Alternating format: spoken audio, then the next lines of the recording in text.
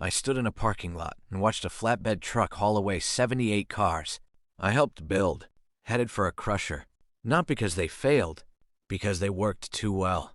And that scared the company that made them more than any recall ever could. Those cars were called the EV1.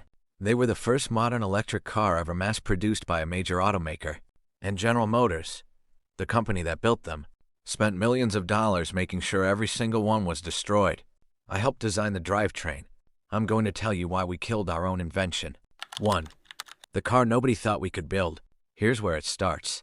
California passed a law that said a percentage of every automaker's fleet had to produce zero emissions by the mid-90s, or lose the right to sell cars in the state. GM's answer wasn't a compliance car. It was a flex.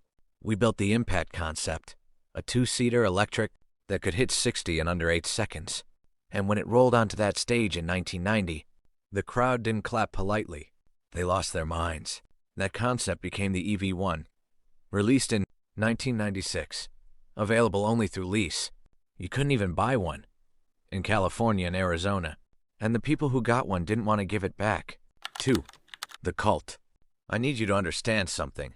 The EV1 didn't have a small, curious fan base. It had a cult. Actors, engineers, environmentalists. Wait lists formed for a car GM barely marketed. Owners organized events for it. People cried. Actual tears. When their lease ended and the car was hauled away, because GM's contract wouldn't let them buy it outright at any price. Think about that for 1 second. A car company built a product so good that customers were begging to give them more money for it. And the company said no, because the EV1 wasn't really a product. Internally, it was a legal maneuver, built to satisfy California's zero-emissions mandate while GM lobbied, in parallel, to get that exact mandate weakened or repealed. We were building the car to kill the law that made us build the car.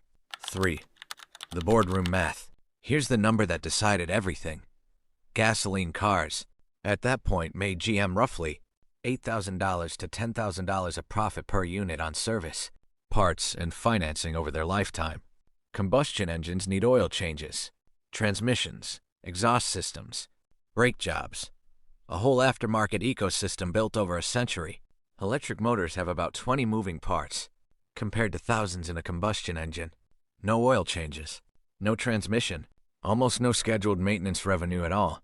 An engineer on the program put it to a colleague this way, and it circulated the building for months after. If this car succeeds, it takes our own dealer network down with it. We hadn't just built a better car. We'd built a car that made our own business model obsolete, sitting on our own lot. 4. The recall that wasn't about safety. So here's what happened next, and it's the part that still bothers me most. GM stopped production. Then it stopped honoring lease renewals.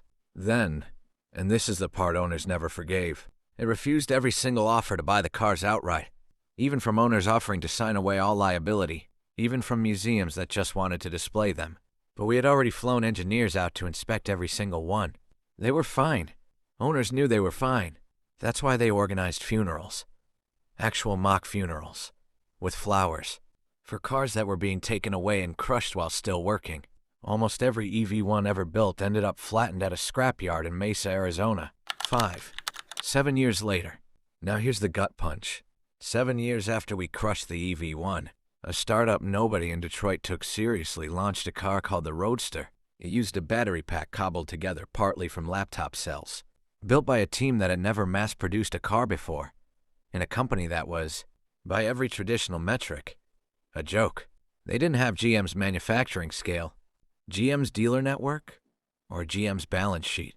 What they had was something GM was structurally incapable of doing, a business model with nothing to protect. Tesla had no aftermarket parts business to lose, no dealer network demanding oil change revenue, no legacy of profit built on maintenance. Every incentive inside that company pointed the same direction. Forward.